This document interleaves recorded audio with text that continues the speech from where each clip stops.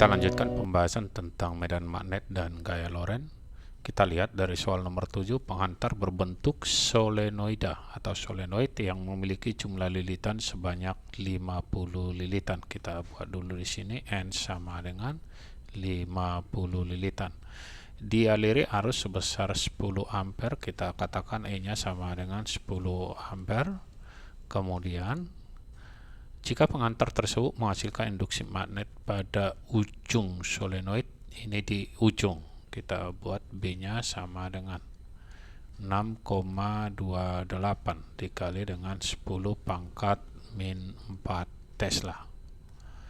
Panjang solenoid tersebut yang ditanya itu adalah berapakah panjangnya L. Oke, kita lihat kalau dia di ujung, B di ujung solenoida itu dirumuskan dengan mu0 dikali I dikali dengan jumlah lilitan per 2 kali L. Inilah rumus yang kita gunakan kalau dia di ujung solenoida. Kalau di pusat, duanya tidak ada. Oke, kita buat B-nya 6,28 dikali dengan 10 pangkat min 4 sama dengan mu0 adalah 4pi kali 10 pangkat min 7 dikali dengan arusnya 10 ampere dikali dengan lilitan 50 dibagi dengan 2 kali L. Kita pindahkan L-nya ke sebelah kiri, kemudian 6,28 ini kita pindah ke bawah. Hasilnya adalah L sama dengan 4pi, 4 kali 3,14, pi itu 3,14 kali 10 pangkat min 7. 10 kali 50 adalah 500 atau 5 kali 10 pangkat 2 dibagi dengan 2 kali, ini tadi pindah ke bawah, 6,28 dikali 10 pangkat min 4. Kita buat seperti ini, yang sama kita coret dulu.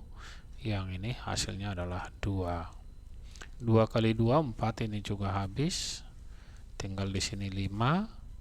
Kemudian kita naikkan pangkatnya ini ke atas menjadi positif. Hasilnya adalah 5 dikali 10 pangkat min 7 naik ke atas dikali 10 pangkat 6. Ini menjadi 5 dikali 10 pangkat min 1 meter atau sama dengan 50 dalam sentimeter.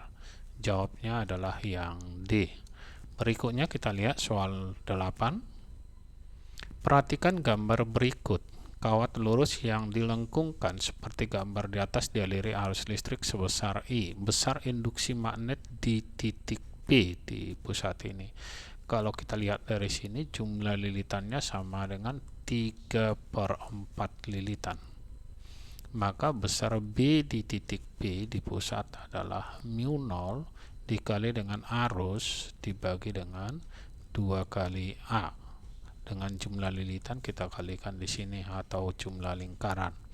Kita buat di sini mu0 dikali I dikali dengan 3/4 dibagi dengan 2A. Hasilnya sama dengan 3/4 dibagi 2 adalah 3/8. 3/8 nih A, kita masukkan yang di atas mu0 dikali dengan I. Kalau kita lihat dari sini, jawabnya 3 mu0 I per 8A yang B. Berikutnya kita lihat soal nomor 9.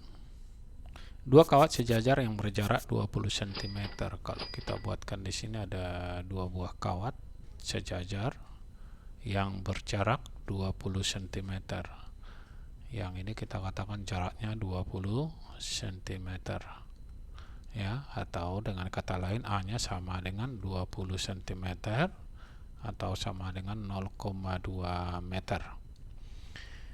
Dialiri arus listrik sangat besar dan berlawanan arah. Jadi arah arus ini ada yang ke atas dan ada yang ke bawah. Kalau dia seperti ini, maka kedua kawat ini pasti tolak menolak. Yang ini besar arusnya I, yang ini juga I, dan terjadi tolak menolak.